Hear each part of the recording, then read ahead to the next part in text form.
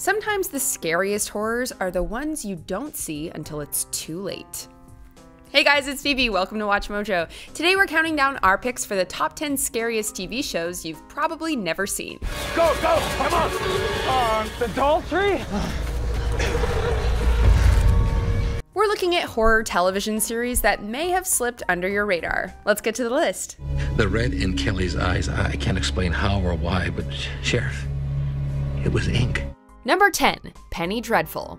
Though critics and fans adored Penny Dreadful during its criminally short 3-season run, it failed to gain traction among mainstream audiences. Highly impressive, especially your finale. Well, you gotta leave them wanting more, as we say in show business. The cast of characters consisted of both original creations as well as classic figures from fiction, including Dorian Gray and Frankenstein's monster.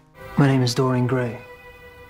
Vanessa Ives. The horror elements are interwoven into the story in a more elegant manner than most shows that deal with the supernatural, providing tightly plotted thrills and scares at every turn. Like a snake shedding its skin.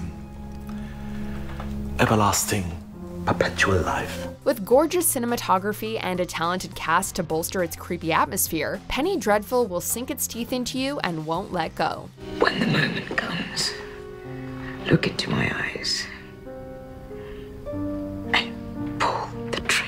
Number 9, The River. Beloved television host Emmett Cole has been reported missing. We can find his ship. Back in the heyday of the Paranormal Activity series, found footage movies were a dime a dozen. Fortunately, the director of the original movie, Oren Peli, was able to translate that genre to television with this little-known gem. The series followed a crew searching for a famous explorer who had gone missing seeking magic along the Amazon basin. Where is it? It's here. All I got is river. If it's here, it's under the water. Its unique setting allowed for a wide range of horrors and mysteries, with wonderfully terrifying world building on an extremely personal scope. Combining the found footage genre with the exotic supernatural intrigue of its setting made for a unique viewing experience, but not one for the faint of heart. I could survive anything as long as I just kept working, doing the show. So that's what I'll keep doing. Number 8, The Exorcist.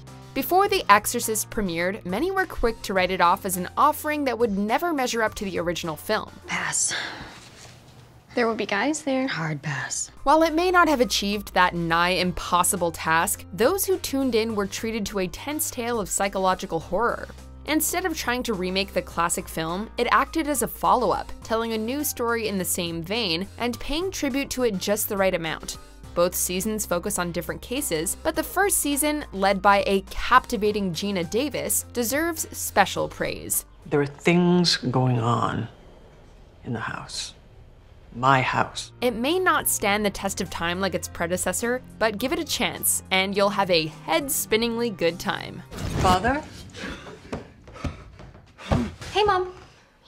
What are you doing up here? Number 7, Channel Zero. If you've ever fallen into the rabbit hole of internet creepypasta, you know what kind of bizarre horrors this show is steeped in. You brought it up. It's just a TV show, Mike. Taking on an anthology format, each season adapts a different internet horror story into a 6-episode arc, each grimmer than the last. It used its admittedly sparse source material to dive into themes such as mental illness, trauma, and duplicity, bringing a surprising depth to each iteration. I can't remember anything about her. It's like he took the memory and ate it. With 4 eerie settings populated by well-fleshed-out characters, the show takes the viewer into the depths of internet hell each season, and we couldn't think of anything scarier. You know what? No. Forget it. I'm out. Number 6, Kingdom Hospital. Please don't hurt me. You're a real mess, my friend. I mean, seriously racked up. Stephen King adapted this miniseries from a Lars von Trier project, and with those two names involved, it was just as bananas as you'd think. Watch for Mary. Listen for her bell. It's a death bell. Taking place at the titular Kingdom Hospital, the patients come and go, but the enigmatic spirits remain as the mysteries behind them deepen. You never know what to expect with this show, since it can be funny in one moment and terrifying in the next, but it just makes the dread all the more palpable.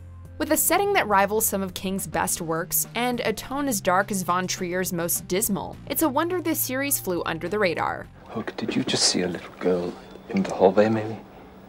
I didn't see anyone, but then half the lights are out again. Number 5. Night Gallery. Though The Twilight Zone is the most recognizable of Rod Serling's projects, he also developed another anthology series that dealt with more horrific supernatural elements. The blind, we're told, for example, develop an extraordinary sense of touch. In this case, the story of a man who perfects the art of killing. Each segment is connected by its framing device, in which Serling appears and introduces a painting, which embodies each episode's plot or themes. It has unfortunately been overshadowed by its sister series in the decades since, but that doesn't mean that some of these segments can't stand toe-to-toe with the best of the zone.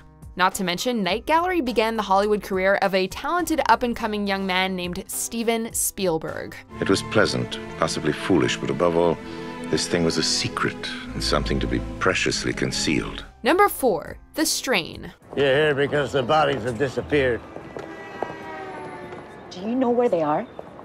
I know where they're going. After a slew of sappy vampire dramas during the Twilight craze, these blood-sucking fiends were in need of reinvention.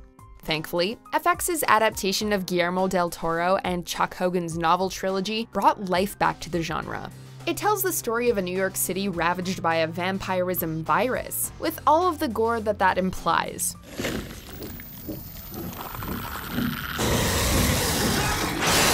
As the layers of horrifying truth are peeled back on the contagion, the stakes grow even higher, and the scares become more frequent and intense.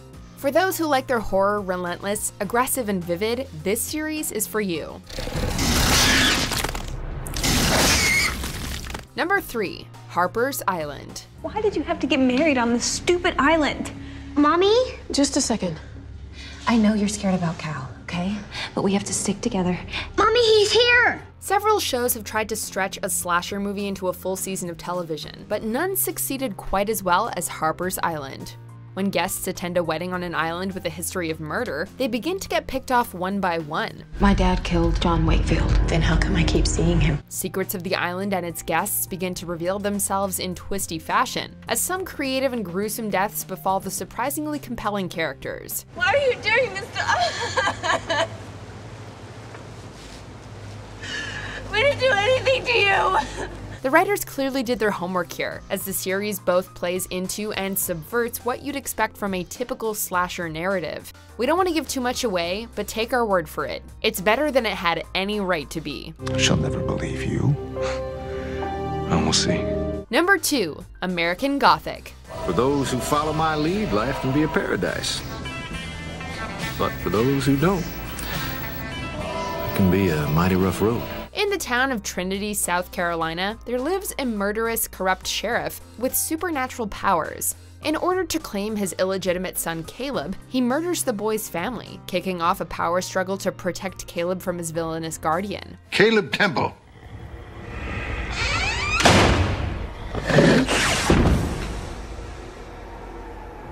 Come again. Featuring a supremely creepy pre-American horror story, Sarah Paulson, American Gothic gave us one of television's most underrated villains in the atrocious Sheriff Buck. You always disturb evidence with such impunity, Buck? You always go around barking up the wrong tree, Dre? This all proved to be a bit too sinister for network audiences in the 90s, though, and it failed to get picked up for a second season. Although considering how dark horror shows have gotten since then, we'd say it was simply ahead of its time.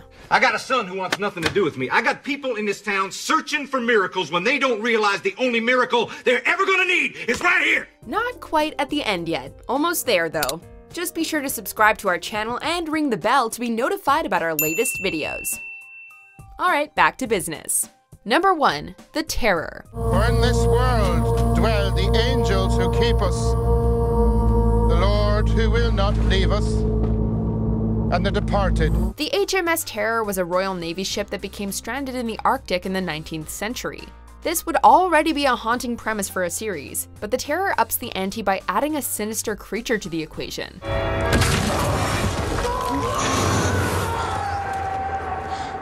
Based on Dan Simmons' novel of the same name, this AMC series spins a ghastly yarn of men driven to the utmost desperation, with no hope on the horizon. In addition to being petrifyingly shot, it hits an unsettling emotional nerve, as the viewer journeys inwards toward doom with the protagonists. Bleak, stylish, and with the kind of production values we expect from AMC, this is a series you should check out while it's still around. We need to give the men a last hurrah before